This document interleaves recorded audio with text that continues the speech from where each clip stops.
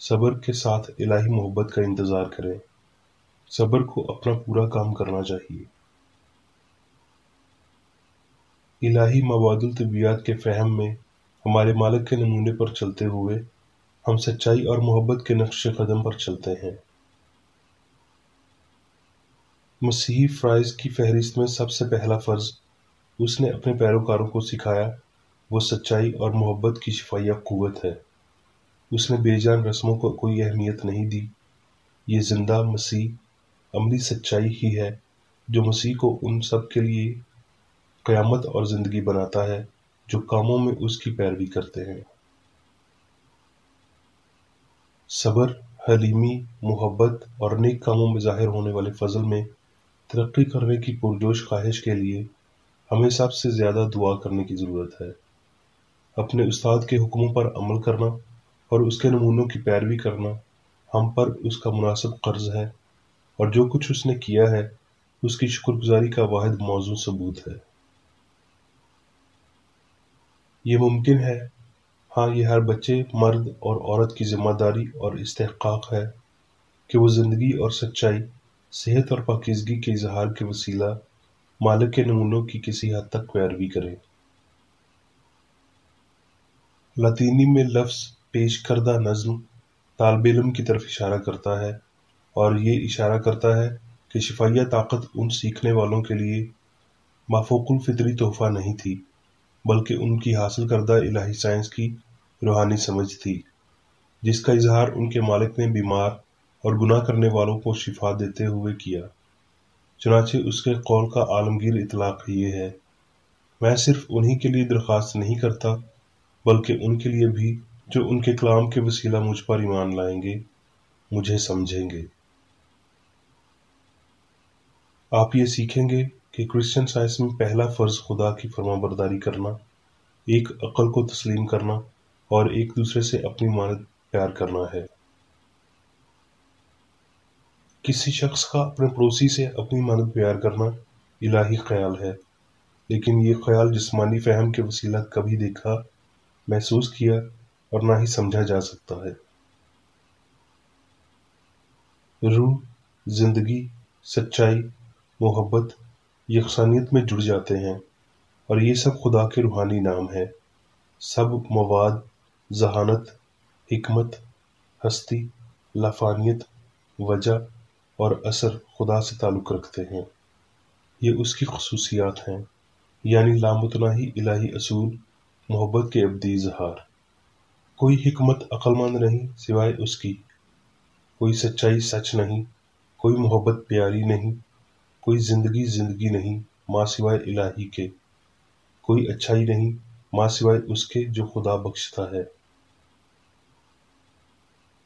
جب ہمیں احساس ہوتا ہے کہ صرف ایک ہی عقل ہے تو ہمارے پڑوسی کے ساتھ اپنی مانند پیار کرنے کا الہی قانون سامنے آتا ہے، جبکہ بہت سے حکمران ذہنوں کا ایک عقیدہ واحد عقل، واحد خدا کی جانب انسان کے معمولی جھکاؤ میں رکاوٹ بنتا ہے اور انسانی سوچ کو مخالف راہ کی جانب گامزن کرتا ہے، جہاں خود غرضی حکومت کرتی ہے۔ خود غرضی انسانی وجود کے ستون کی نوک غلطی کی جانب پھیر دیتی ہے، نہ کہ سچائی کی جانب۔ عقل کی وحدانیت سے انکار ہمارا وزن روح، خدا، اچھائی کے پیمانے پر نہیں بلکہ مادے کے پیمانے پر ڈال دیتا ہے۔ جب ہم الہی کے ساتھ اپنے رشتے کو مکمل طور پر سمجھتے ہیں تو ہم کوئی اور عقل نہیں رکھتے ماں سوائے اس کی عقل کے، کوئی اور محبت، حکمت یا سچائی نہیں رکھتے، زندگی کا کوئی اور فہم نہیں رکھتے، اور مادے یا غلطی کی وجودیت کا کوئی اور شعور نہیں رکھتے۔ سائنس کا خط آج کثرت کے ساتھ انسانیت تک پہنچ رہا ہے، لیکن اس کی روح بہت چھوٹے درجات میں آتی ہے۔ کرسچن سائنس کا لازمی حصہ دل اور جان، محبت ہے۔ خط اس کے بغیر سائنس کا مردہ جسم، بے جان، سرد، بے حس ہے۔ ہر دعا کی پرکھ ان سوالات کے جواب میں پائی جاتی ہے۔ کیا ہم اپنے پڑوسی سے اس حکم کی بنا پر بہتر پیار کرتے ہیں؟ اگرچہ ہم ہماری دعا کے ساتھ مسلسل زندگی گزارتے ہوئے ہماری التجاؤں کی تابعداری کا کوئی ثبوت فراہم نہیں کرتے، تو کیا کسی بہتر چیز کے لیے دعا کرنے پر مطمئن ہو کر ہم ہماری پرانی خود غرضی کا تعاقب کرتے ہیں؟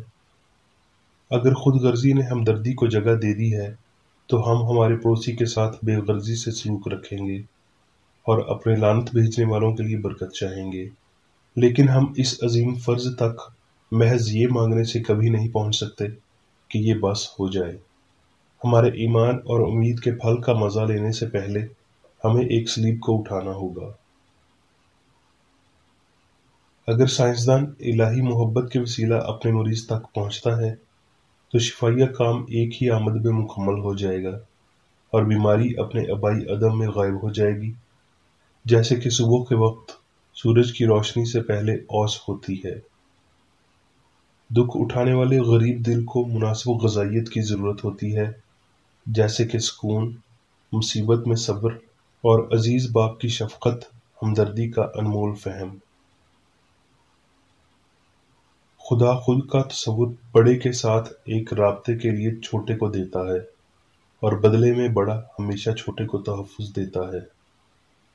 روح کے امیر اعلیٰ بھائی چارے میں ایک ہی اصول یا باپ رکھتے ہوئے غریبوں کی مدد کرتے ہیں، اور مبارک ہے وہ شخص جو دوسرے کی بھلائی میں اپنی بھلائی دیکھتے ہوئے اپنے بھائی کی ضرورت دیکھتا اور پوری کرتا ہے۔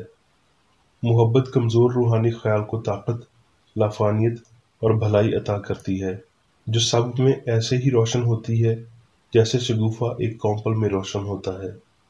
خدا سے متعلق تمام تر مختلف اظہارات صحت، پاکیزگی، لافانیت، لامحدود زندگی، سچائی اور محبت کی عکاسی کرتے ہیں۔ آپس میں محبت رکھیں۔ پہلا یوحنا 3:23 الہامی مصنف کی سب سے سادہ اور گہری نصیحت ہے۔ محبت کرسچن سائنس کے قانون کو پورا کرتی ہے اور اس الہی اصول کے بغیر کچھ بھی سمجھا جانے والا اور ظاہر ہونے والا آسمانی کتاب کی بصیرت کو آراستہ نہیں کر سکتا۔ یہ کتاب جو سچائی کے ساتھ غلطی کی 7 مہریں کھولتی ہے، یا گناہ، بیماری اور موت کے ہزارہ بھرموں کو بے نقاب کرتی ہے۔ اب میں میری بیکر ریڈی کی جانب سے چرچ مینول میں دیے گئے روزانہ کے 3 فرائض پڑھوں گا۔ روزمرہ کی دعا۔ اس چرچ کے ہر رکن کا یہ فرض ہے کہ ہر روز یہ دعا کرے: تیری بادشاہی آئے، الہی حق، زندگی اور محبت کی سلطنت مجھ میں قائم ہو، اور سب گناہ مجھ سے خارج ہو جائے، اور تیرا کلام سب انسانوں کی محبت کو وافر کرے اور ان پر حکومت کرے۔ مقاصد اور اعمال کا ایک اصول۔ نہ کوئی مخالفت، نہ ہی کوئی محض ذاتی وابستگی مادری چرچ کے کسی رکن کے مقاصد یا اعمال پر اثر انداز ہونے چاہیے۔ سائنس میں صرف الہی محبت حکومت کرتی ہے، اور ایک مسیحی سائنسدان گناہ کو رد کرنے سے حقیقی بھائی چارے، خیرات پسندی اور معافی سے محبت کی شیریں آسائشوں کی عکاسی کرتا ہے۔ اس چرچ کے تمام اراکین کو سب گناہوں سے، غلط قسم کی پیشن گوئیوں، منصفیوں، مذمتوں، اصلاحوں، غلط تاثرات کو لینے اور غلط متاثر ہونے سے آزاد رہنے کے لیے روزانہ خیال رکھنا چاہیے اور دعا کرنی چاہیے۔ فرض کے لیے چوکسی۔ اس چرچ کے ہر رکن کا یہ فرض ہے کہ وہ ہر روز جارحانہ ذہنی آرا کے خلاف خود کو تیار رکھے اور خدا اور اپنے قائد اور انسانوں کے لیے اپنے فرائض کو نہ کبھی بھولے اور نہ کبھی نظر انداز کرے۔ اس کے کاموں کے باعث اس کا انصاف ہوگا، وہ بے قصور یا قصوروار ہوگا۔